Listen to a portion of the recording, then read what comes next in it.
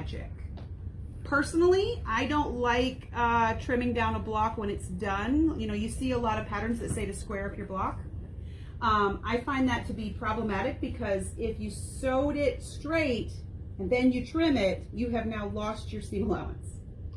Okay, so in theory, so I always talk about in my class that the holy trinity of quilting is to cut accurately, piece with a scant 1/4 inch, and then press with intention. And if you do those 3 things, you can probably work out just about any patchwork situation. I'm not saying you should immediately jump into making like a grandmother's flower garden or a drunkard's path with that, but as far as patchwork goes, those 3 things will get you there. All right, that being said, nowhere in there did I say trim the block down, but when you're making elements of a block, this is where it's a good time to make it oversized and trim it, not the whole block itself. So block lock is designed around making the piece oversized and then trimming it. So see that ledge that's in the middle? It's routed out. The middle part here is actually routed out. Block lock is a company, it's a couple. The wife is American and the husband is Australian. It's Jana and Paul. I can't remember where I think they live in Arizona. Doesn't matter. So Jana was like, I want to make a perfect half square triangle and this is what I want it to do.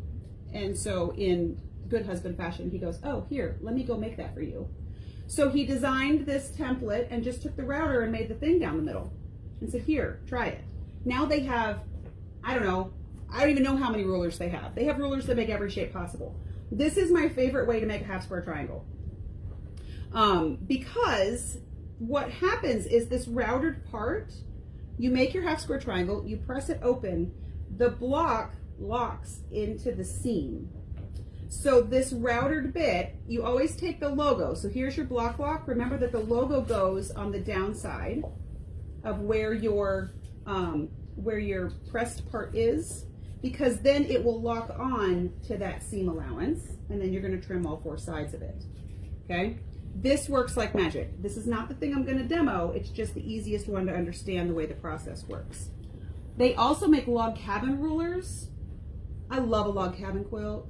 I hate putting them together because what do you always make log cabin quilts out of? Your scraps, right? And you're not sure which side you're not sure if it's the selvage end or it's the straight grain or if it's the cross grain, or I don't know, maybe you cut it on the bias. Who can tell? So then you go and sew it together and nothing lines up. So if you use a block lock ruler and you make it oversized and you lock it into the seam and you trim it down, who cares? It all goes together. So they make log cabin rulers, they make half rectangle rulers, they make a strip set ruler. They just started making curved rulers. So now you can do that drunkard's path. Make it oversized, nothing lines up. It doesn't matter because you trim it down, okay? So what we're gonna talk about is this element of this quilt right here. This kite in a square. You ever tried to make that? That thing ain't ever lining up. Like, not ever. Because you're talking about a shape that looks like a kite and then a half rectangle. Where's the middle of that? So then you get it all lined up and you put it together and you press it open and it's never straight. Ever. Drives me crazy. So what we have here is this is called a kiss. It's called a kite in a square. So here's your kite. Here's the things that make your square. The one thing that I do to help with block lock rulers is I use grippy spray. So this stuff is a little like hairspray. It's already on here. You just mist it on there really lightly and it makes the ruler stick to your fabric, okay? This isn't even fresh spray. This is from like, I don't even know, a couple months ago. If it gets gummy or it gets linty, throw it in the dishwasher or wash it with some warm soapy water. It comes off and then you can reapply it, okay? So what I'm gonna do is I'm gonna cut out my kite, literally just gonna place my kite shape on my fabric and cut out the shape, okay? This is gonna make pieces that are slightly oversized, but that's okay. One of the things to keep in mind when you're using these engineered rulers, and I'll show you after I cut this out because I know you guys are sitting down low, is there's little weird, they seem pointless, but they're not. So like on this piece, see how the bottom of that has those 2 little notches? Those are line up points. So you do want to cut those off. Seems tedious, but go with me. Then, since I want opposite sides of this, I'm actually going to take my fabric and fold it in half and cut these at the same time. Since this is white on white fabric, I want to make sure that my white print is up, not down. So I need mirrored images of this. So I'm actually going to fold them right sides together, and then I'm going to go ahead and cut my shape out again. This one also has engineered points, both on the top and on this weird bottom corner down here. And I'm going to go ahead and notch those out. Well, the joys of live TV. Okay.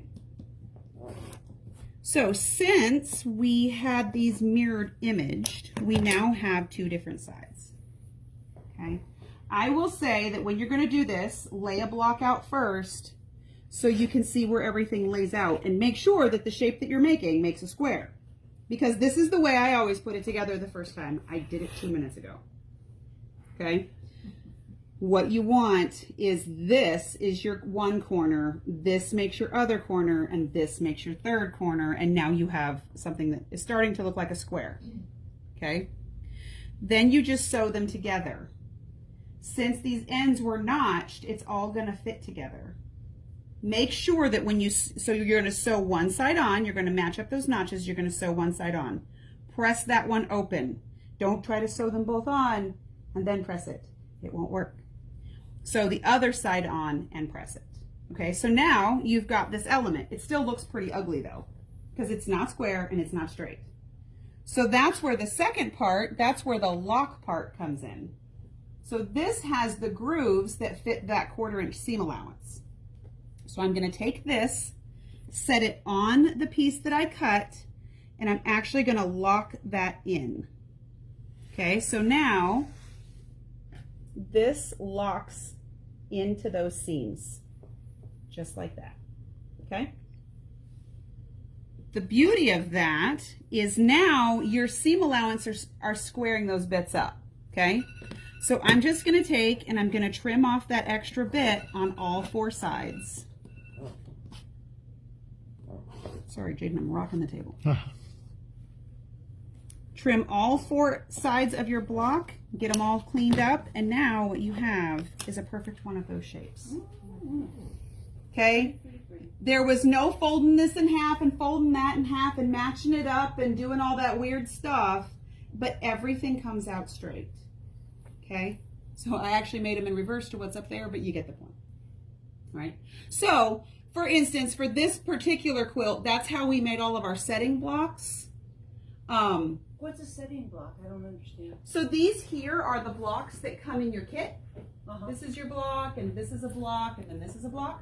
These here that go around this 6-inch block is going to come from one of the shops. This that goes around it now makes it 12 inches. So it can set together and make a grid. See how every other block has these on it? That's our setting design for the shop hop. Every shop has a different setting design. So what a lot of people do is they hop around and then they decide which setting one they want, and then they call you up and order the setting kit. Because the setting kit is sold separately from the blocks, because then that way you can make the one you like the best.